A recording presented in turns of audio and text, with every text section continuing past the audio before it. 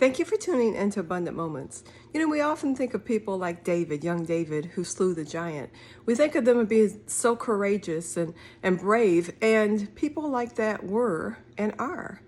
But I love what David said in one of his Psalms. He said, "What time I am afraid, I will trust in thee." In other words, whenever he felt afraid, when that fear tried to come in, he turned it to trusting in God. So I can imagine that when he was facing the giant Goliath, and he knew that for 40 days, Goliath had been taunting the children of Israel, and everyone was afraid to go up against him. I can imagine when David, being so small, so young, looked at that giant, and fear started to come in, and he felt afraid.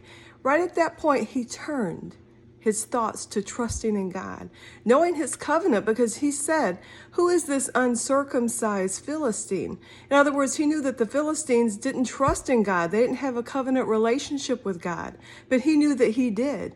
And so he said, "Who is this guy?" Because he knew that God had promised to protect him. So he said, "What time I'm afraid, I will trust in thee." And I can imagine as he was looking at the giant, he was thinking, it doesn't matter how big, because I know how big God is, and I know the covenant that I have with God. So I want to encourage you today, when you feel afraid, turn that fear, turn that to trusting in God. Know your covenant. Know your new covenant. I'm so thankful we're no longer under the law.